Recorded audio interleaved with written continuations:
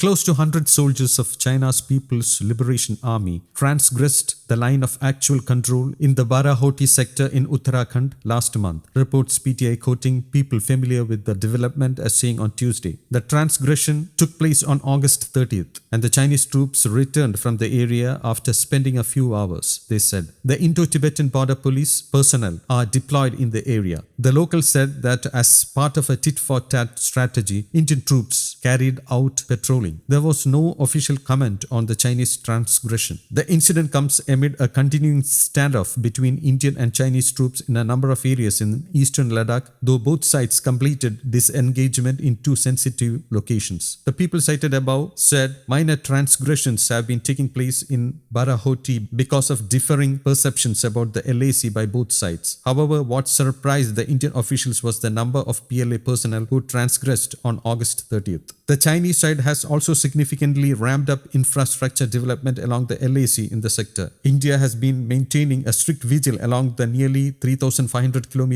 LAC following the eastern Ladakh standoff. The border standoff between the Indian and Chinese militaries erupted on May 5th last year in eastern Ladakh following a violent clash in the Pangong Lake area. Both sides gradually enhanced their deployment by rushing in tens of thousands of soldiers as well as heavy weaponry. As a result of a series of military and diplomatic talks, the two sides completed the disengagement process in Gogra area last month. In February, the two sides completed the withdrawal of troops and weapons from the north and south banks of the Pangong Lake in line with an agreement on disengagement. Each side currently has around 50,000 to 60,000 troops along the line of actual control in the sensitive sector. News Desk, Kaumudi Global.